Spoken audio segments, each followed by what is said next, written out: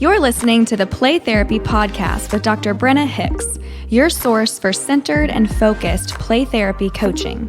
Hi, I'm Dr. Brenna Hicks, the Kid Counselor. This is the Play Therapy Podcast, where you get a masterclass in child-centered play therapy and practical support and application for your work with children and their families. In today's episode, I am answering a question from Lisa in Maryland. But before I get into that, one housekeeping item and one update. So, housekeeping item is all of you all that are, all y'all, if you're from Ohio and the surrounding areas, yuns, if you are going to be in Mississippi in 2 weekends, 21st, 22nd, you better RSVP to my meetup. Y'all, for real, the Atlanta meetup, the last 4 days, like 10 of you signed up, and that makes it really hard to plan and really hard to reserve and blah, blah, blah. So throw me a bone here. Don't be last minute. If you are going to the conference and or you are in driving distance of Oxford, Mississippi, and you're going to come to the meetup, will you please RSVP? There's a link in the show notes. I need a head count. We're making a reservation. I can't have y'all. Look, I would love it if y'all just show up, but I need to know you're coming. So please just let me know. RSVP. That'd be really helpful. Okay. Now, update. I don't know if you all remembered, I answered Jyotsna's question from India a while back, probably back in maybe November or December. I answered that on an episode, and hers was about the child that came in, laid down, read a book, and then said he wanted to destroy everything. If you remember that episode, she sent me a follow-up email, which I want to give you an update because I don't always hear what happens with kids after I cover a case on an episode. So she wrote back and said, "Thanks for addressing my question. It was useful. You'll be happy to know that I did set limits as the toys were in danger." So if you remember in that episode, I said, if at any point there is a concern for the child's safety, your safety, or the toys getting damaged, you do need to set a limit, blah, blah. So she says, "You'll be happy to know that I did set a limit as the toys were in danger.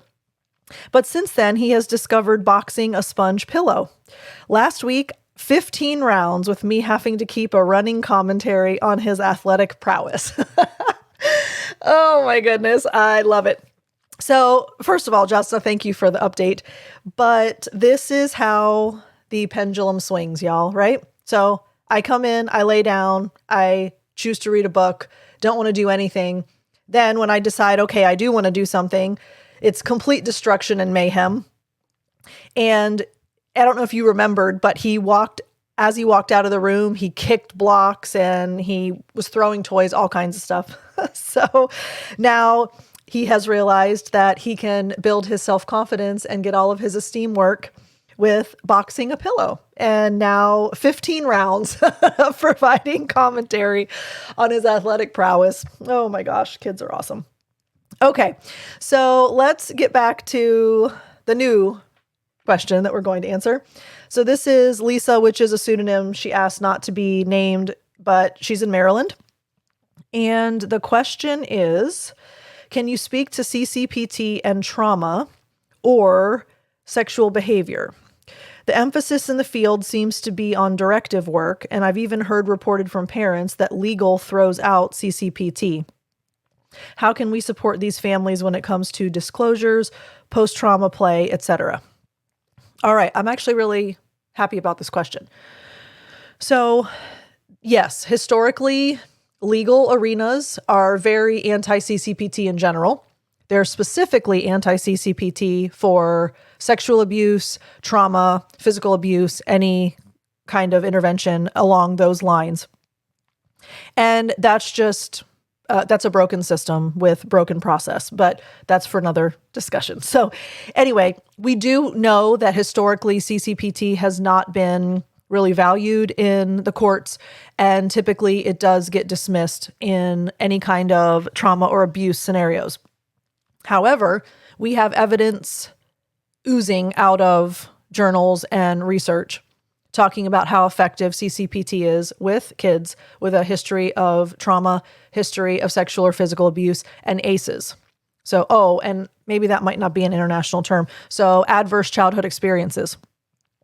So, here's where we are with this.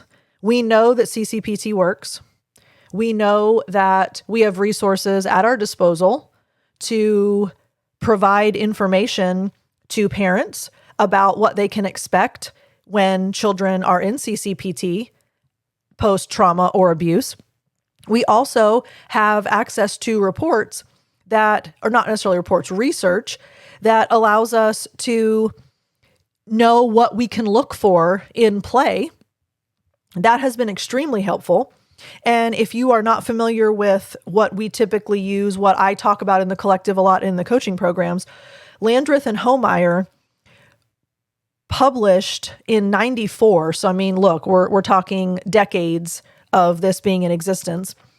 Play therapy behaviors of sexually abused children. And that is a really helpful resource for us so that we know what we are looking for and what we can expect and how it might unfold in play sessions, etc.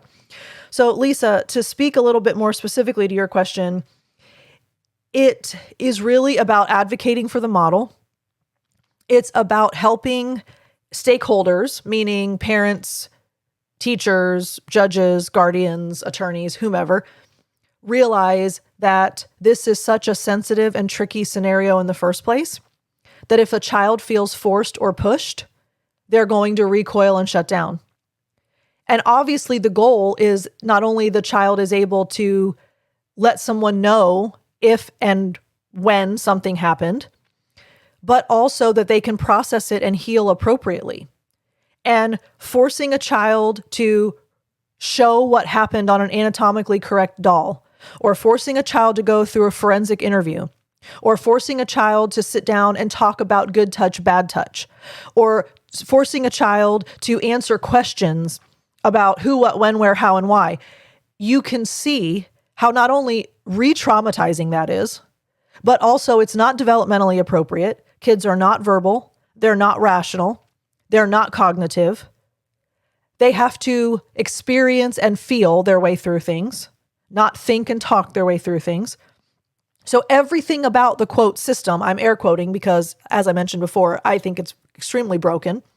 Everything about the system is wired to work with adults, is not wired to work with children.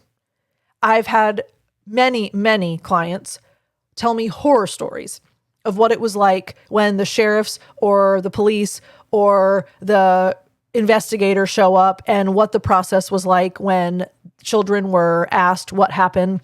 I've heard horror stories of what the medical exams that were forced on these kids were like to confirm or deny abuse. We're not doing justice and we're not doing right by children. So the age appropriate, developmentally appropriate approach to this is CCPT. Why? Because we honor that a child is not going to want to talk about it. They're not going to want to think about it. They're not going to want to have conversations and answer questions about it, but they will absolutely work through it. And so we want parents to understand that, all other stakeholders to understand that. And we have evidence that it is effective. So this isn't, I'm trying to sell you a bill of goods here. This is, I will just show you the research that proves its efficacy. We have empirically supported data that this is effective and it's age appropriate. So any other intervention, you're running the risk of children recoiling, backpedaling, closing, shutting down, never wanting to bring anything up again because it's overwhelming and scary and too much for them. I've had quite a few children who have played out trauma, sexual abuse, or physical abuse in play sessions with me. You always know it. There is never a question. And I'm treading lightly here because this is not my specific wheelhouse. Jody Mullen is your girl for sexual abuse and trauma working with CCPT. Really helpful resource. If your population has a lot of sexual abuse, Jody Mullen has resources for you. That would be a really helpful place to start. So this is not my exclusive wheelhouse. I don't want to pretend that it is. But I would argue, just in my opinion, and feel free to email me and say, you have no idea what you're talking about. I'll fully accept that. In my experience, in my opinion, When therapists come to me and go, oh, I don't know, could this have meant this? Could this possibly have been indicating this? Do you think this is an indication of it? If there's a question, I would hold up and wait to see what happens. My work with children, it's really clear, evident what the child is working through. And so if there's maybe I'm not sure, let's see, you're probably not looking at what you think you're looking at. So we have resources where we have 42, I think, is what Homeyer and Landreth identified as behaviors that are likely to come up in CCPT if children have experienced sexual abuse.